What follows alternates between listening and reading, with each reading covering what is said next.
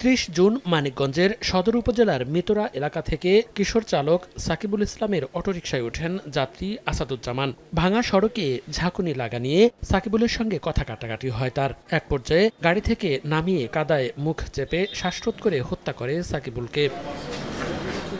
ঘটনার 10 দিন পর বৃহস্পতিবার দুপুরে মানিকগঞ্জ জেলা কার্যালয়ে এক সংবাদ সম্মেলনে সাকিবুল ইসলাম হত্যা মামলার রহস্য উন্মোচন করে পিবিআই। এ সময় পিবিআইয়ের পুলিশ সুপার জানান, সিসিটিভি ফুটেজ বিশ্লেষণ, গোপন অনুসন্ধান এবং তথ্য প্রযুক্তির ব্যবহার করে 8 জুলাই সন্ধ্যায় সাভারের হেমায়েতপুর থেকে আসামি আসাদুজ্জামানকে গ্রেপ্তার করা হয়। প্রাথমিক জিজ্ঞাসাবাদে সে হত্যার ঘটনা স্বীকার করেছে। পিঠের উপরে কনুইটা ঘাড়ের মধ্যে কনুইটা দিয়ে চেপে ধরে আর হাত দিয়ে মাথা মাটির ভিতরে চেপে ধরে। তার মুখের ভিতরে যখন কাদা ঢুকে যায় সে আর চিৎকার করতে পারে না, মানে কথা বলতে পারে না, নিঃশ্বাসও নিতে পারে না। তখন আসলে সে ছটপট করে আস্তে আস্তে সে ওই ঘটনাস্থলে ওই সময় আসাদের সামনেই সে ওই সময় ছটপট করতে করতে মারা যায়। সুরতহাল প্রতিবেদন ও ময়নাতদন্ত শেষে মরদেহ পরিবারের কাছে হস্তান্তর করা হয়। নিহতের অটোরিকশাটিও পুলিশ জব্দ করেছে। গালিগালাজ করার কারণে ক্ষিপ্ত হয়ে হঠাৎ রাগান্বিত হয়ে আসলে কাজটা করে। তো পরিকল্পিত ছিল না, কিন্তু মানে হঠাৎ রাগান্বিত হয়েই সে আসলে